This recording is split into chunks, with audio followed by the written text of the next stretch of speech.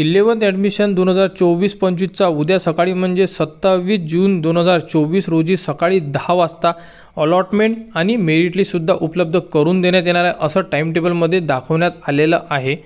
तर उद्या अलॉटमेंट झाल्यानंतर विद्यार्थ्यांना नेमकं काय करायचं आहे तर बघा, अलॉटमेंट झाल्यानंतर तुम्ही तुमच्या लॉग इनमध्ये अलॉटमेंट चेक करू शकता। अलॉटमेंट कसं चेक करायचं हे जर तुम्हाला समजलं नाही तर अलॉटमेंट झाल्यानंतर तुम्हाला संपूर्ण व्हिडिओ आपल्या यूट्यूब चॅनलवर उपलब्ध करून देण्यात येणार आहे की अलॉटमेंट कसं चेक करायचं।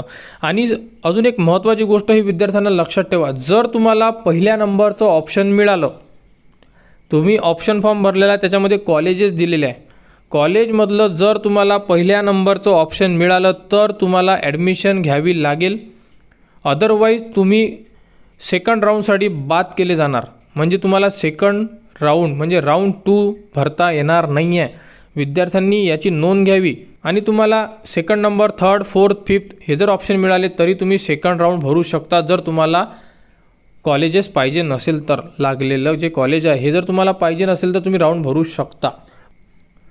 जर पहिल्या नंबरचे ऑप्शन जर विद्यार्थ्याला लागले तर विद्यार्थी राऊंड 2 मध्ये इलिजिबल राहणार नाही, हे विद्यार्थ्यांना अजूनसुद्धा माहीत नाही आहे। 11th ॲडमिशनसाठी ही महत्त्वाची अपडेट विद्यार्थ्यांना लक्ष देऊन ऐकायची आहे।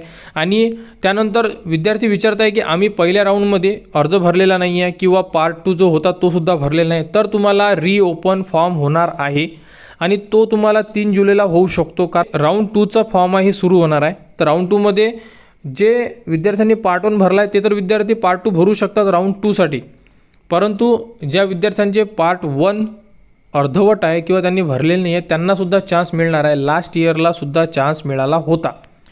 तर यामध्ये ज्याही गोष्टी सांगितल्या खूप अतिशय महत्त्वाच्या आहे। तर उद्या सकाळी तुम्हाला अलॉटमेंट झाल्यानंतर संपूर्ण अपडेट आपल्या यूट्यूब चॅनल उपलब्ध करून देण्यात येणार आहे। याबद्दल जर कोणत्या विद्यार्थ्याला काही अडचण असेल कमेंट्स करा, कमेंट्सवर सर्व विद्यार्थ्यांना त्यांचे प्रॉब्लेमचे सोल्युशन देण्यात येत आहे। तुम्ही बघू शकता जेवढेही कमेंट्स आले आहेत सर्व कमेंट्सवर उत्तर देण्यात आलेले आहे, कारण आपलं चॅनलच असं आहे की आपण सर्व विद्यार्थ्यांचे प्रॉब्लेम सॉल्व करत आहे आणि विद्यार्थ्यांना जेवढेही अडचणी येत आहेत त्यांच्यावर त्यांना सोल्युशनसुद्धा मिळत आहे। तर 11 बद्दल जी पुढील अपडेट येईल ती तुम्हाला आपल्या यूट्यूब चॅनलवर उपलब्ध करून देण्यात येणार आहे आणि उद्याची जी अपडेट असेल ती तुम्हाला आपल्या यूट्यूब चॅनलवर उपलब्ध करून देण्यात येणार आहेच। त्यासाठी आपल्या चॅनलला सबस्क्राईब करावं, हा व्हिडिओ इतरांपर्यंत शेअर करा।